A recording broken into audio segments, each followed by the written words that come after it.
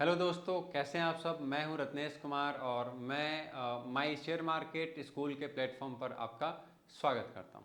आज हम जानेंगे कि आईपीओ क्या होता है। आईपीओ के बारे में कुछ तथ्य यहां पे जानने की कोशिश करेंगे।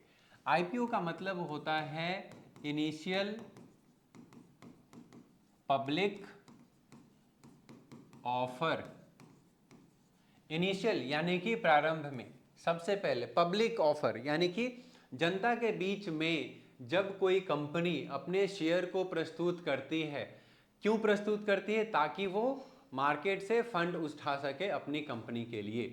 तो जब भी कोई कंपनी पब्लिक से पैसा उठाने के लिए, अपनी कंपनी में लगाने के लिए जब शेयर्स पब्लिक को ऑफर करते हैं, तो इसको कहते हैं हम लोग आईपीओ यानी कि इनिशियल पब्लिक ऑफर।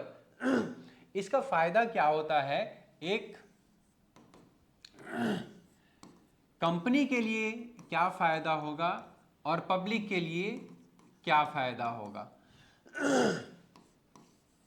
तो कंपनी को मार्केट से इजी फंड्स मिल जाते हैं, ठीक है।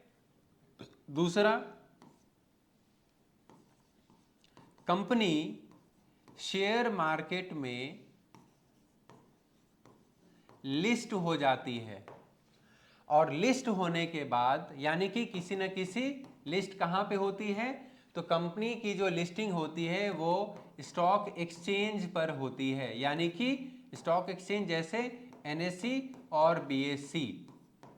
अच्छा, हमारे पास ज़्यादातर लोगों को यही पता होता है कि एनएससी और बीएससी दो स्टॉक एक्सचेंज है। इसके अलावा भी बहुत सारे स्टॉक एक्सचेंज हैं भारत में, जिसे रीजनल स्टॉक एक्सचेंज भी कहते हैं। ठीक है। अब पब्लिक को क्या बेनिफिट होता है कि पब्लिक किसी भी अच्छे कंपनी में अपना पैसा लगा सकती है। इसके बदले क्या होगा? उनको शेयर मिल जाता है। पब्लिक को क्या मिल जाएगा? Share. And over the time जैसे जैसे कंपनी के शेयर का प्राइस ऊपर जाएगा, वैसे वैसे जो इन्वेस्टर होता है उसके शेयर का प्राइस भी ऊपर हो जाएगा और उसको प्रॉफिट मिलेगा अपने इन्वेस्टमेंट पर। अब बात आती है कि आईपीओ हम कहां पे अप्लाई कर सकते हैं। जैसे अगर हम मार्केट की बात करें तो एक होता है हमारे पास कैपिटल मार्केट। कैपिटल मार्केट का दो पार्ट होता है।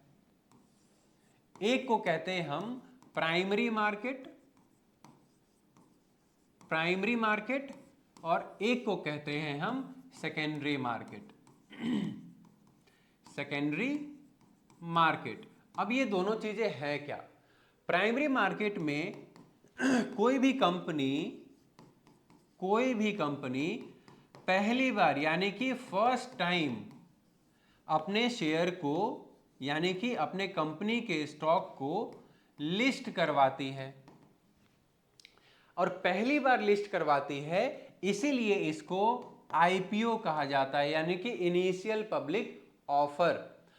अगर कोई कंपनी पहले से ही लिस्टेड है और दूसरी बार या तीसरी बार मार्केट से यानी कि पब्लिक से पैसा उठाना चाहती है कंपनी के लिए, तो उसको आईपीओ ना कहकर उसको एफपीओ कहा जाता है, यानी कि फर्दर पब्लिक ऑफर। जैसे कुछ महीने पहले वोडाफोन की कंपनी जो थी वो एफपीओ लेकर आई थी।